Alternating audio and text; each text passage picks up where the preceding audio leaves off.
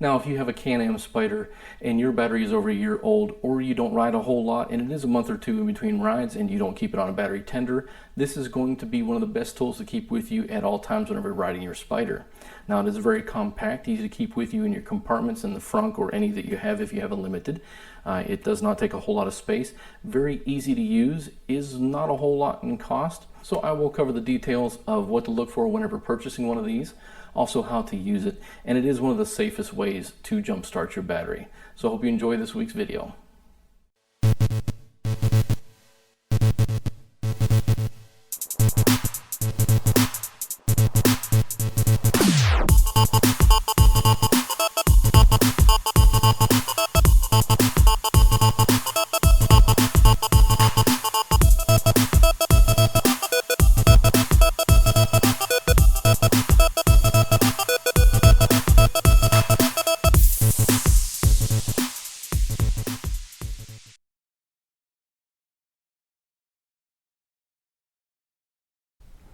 Now, there are a lot of these online to choose from. There's different styles. I'm not going to cover a certain brand whatsoever because one brand might work better for you than it does for me. So what I look for is that it is at least 500 amps and that it can be used for a 12-volt DC battery.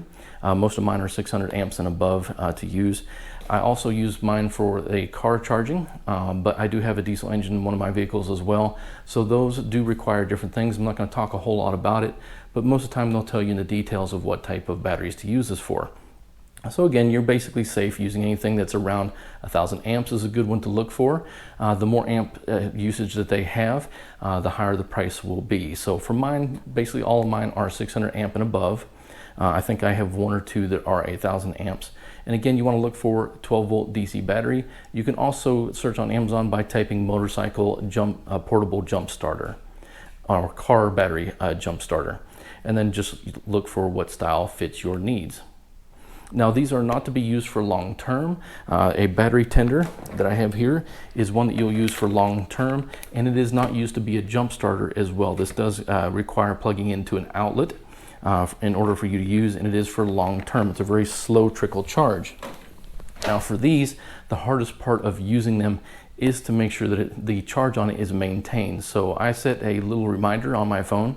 About every 2 months, I will use this to charge my phone, tablet or something like that to drain the battery on it. And then I'll give it a full charge and then put it back in the vehicle for use. It doesn't take a long time, maybe 4 hours or so to charge, but that is what I do every 2 months to make sure that whenever I'm out and about that I don't end up with a dead battery on this as well as a dead battery on the motorcycle. That is the hardest part of using this. Otherwise, as you'll see in this video, it's simply just plugging it in, paying attention to the lights and the way that it's used. Now, a lot of them, they'll have a little light feature as an extra thing. It has a little button to show you what type of charge it has on it. Usually have a little display of lights. You'll plug it in. Now, the one that I have here does plug in a certain way, and I don't know if you can see it or not fully on the video, but it has a red and a green blinking light that tells me that it is ready to use. If the light turns a solid red, that means it is not ready to be used, but it will maintain this blinking pattern until I start up the vehicle. Now, the other one that I have for my Jeep came with a case, real nice features in it. It has the jumper cables. It has different cables for charging cell phones and things like that as well. And as you see, it is a different style, but basically plugs in the same way. Only my battery light on it will be solid green, letting me know that it's ready to use, does not blink. And it will turn red if it is not ready to use, or flash red if something is wrong with the battery. Again, the hardest part about using this is just making sure that it's maintained itself being charged. And again, all of them that I've had so far, usually about every 2 months or so, I try and maintain the charge on it. Now, I have had one in the past that I kept around for 4 or 5 months. It kept the charge, but I only had one use on it before it went completely dead on me. So if something would have happened, I had to use it twice in the same day, I would not have been in luck. So those are some of the reminders you want to use as well, and hope you enjoy the rest of the video.